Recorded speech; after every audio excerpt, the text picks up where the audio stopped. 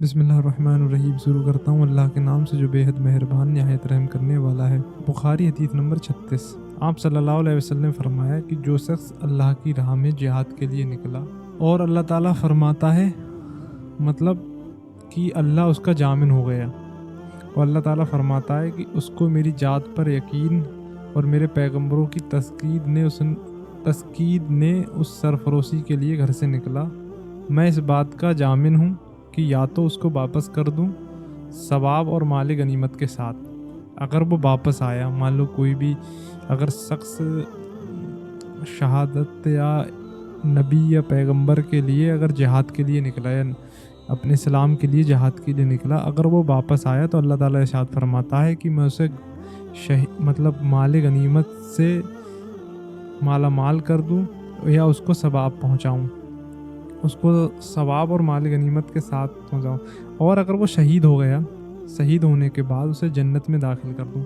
رسول اللہ صلی اللہ علیہ وسلم نے فرمایا، اور اگر میں اپنی امت پر اس کام کو دشوار نہ سمجھتا تو لشکر کا ساتھ نہ چھوڑتا، اور میری خواہش ہے کہ اللہ کی راہ میں مارا جاؤں،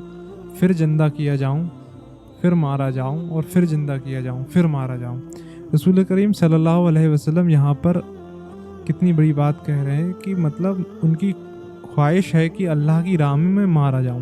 یعنی پھر جہاد پہ نکلنا ہے یا جہاد پہ جانا، یعنی اسلام کے لیے لڑائی کرنا۔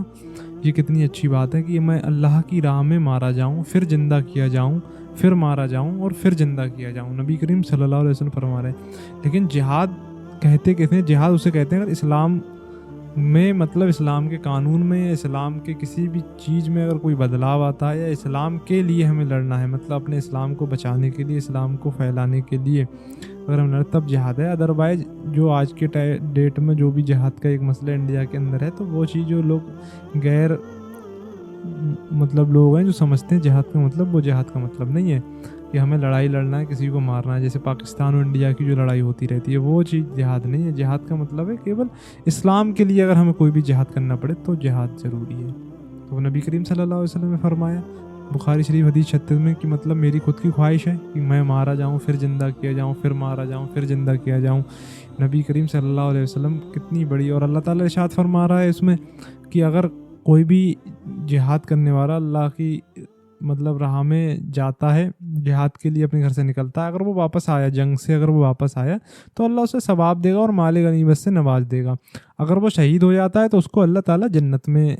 عطا فرمائے گا، اور جنت میں اعلیٰ سے اعلیٰ مقام عطا فرمائے گا، کیونکہ وہ اسلام کے لیے شہید ہوا ہے۔ تو یہ حدیث نمبر 36 کا خلاصہ ہے۔